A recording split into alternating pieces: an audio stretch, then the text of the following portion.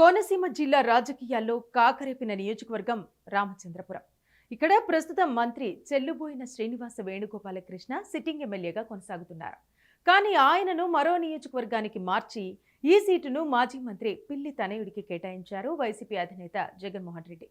Fan పార్టీలో వర్గపోరు ఉన్న నేపథ్యంలో రామచంద్రపురం సీటు హాట్ టాపిక్ గా మారింది. రామచంద్రపురం వైసీపీలో హేమాహేమి నాయకులున్నారు. మాజీ డిప్యూటీ సీఎం పిల్లి సుభాష్ చంద్రబోస్, ప్రస్తుత మంత్రి చెల్లుబోయిన వేణుగోపాలకృష్ణ, మాజీ ఎమ్మెల్యే తోట త్రిమూర్తులు ఈ నియోజకవర్గానికి చెందినవారే. వీరిలో పిల్లి, చెల్లుబోయిన ఈసారి రామచంద్రపురం టికెట్ ఆశించారు. అయితే వైసీపీ అధిష్టానం మాత్రం పిల్లికే జయకొట్టింది. పిల్లి సుభాష్ చంద్రబోస్ కొడుకు పిల్లి సూర్యప్రకాష్ ను రామచంద్రపురం బరిలోకి నిలిపింది. ఇక ఫ్యాన్ ను వీడి సైకిల్ ఎక్కిన వాసం శెట్టి సుభాష్ ను రామచంద్రపురం అభ్యర్థిగా ప్రకటించింది టీడీపీ. 2014లో టీడీపీ ఎమ్మెల్యేగా గెలిచిన తోట త్రిమూర్తులు ప్రస్తుతం వైసీపీలో ఉన్నారు. దీంతో సుభాష్ కు అవకాశం ఇచ్చింది టీడీపీ. వాసం శెట్టి వైసీపీకి రాజీనామా ఇస్తూ చాలా ఎమోషనల్ అయ్యారు.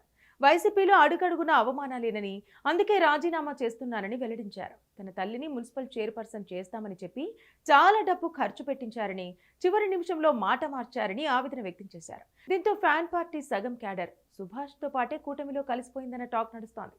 చూడాలి మరి ఈసారి రామచంద్రపురం ప్రజలు ఎవరికి ఓటేస్తారు. అధికారం కట్టబెట్టేది శాసించడానికి కాదు, పాలించడానికి.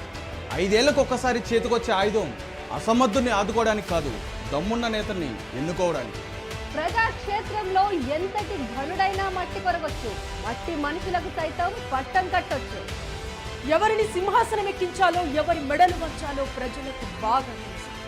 ఇప్పుడు సమయం ఆసన్నమైంది. ఈసారి ఎన్నికల్లో ఏ పార్టీ సామర్థ్యం ఎంత, ఏ నియోజకవర్గంలో ఎవరి బలగం ఎంత, ప్రతి నియోజకవర్గంలో ఒక్కో నేత సత్తా ఎంత, గతంలో చేస్తానని చెప్పిందెంత, చేసిందెంత, చెయ్యబోయేదెంత, సూటిగా సుత్తి లేకుండా చెప్పడానికి మేము రెడీ. మీరు రెడీనా?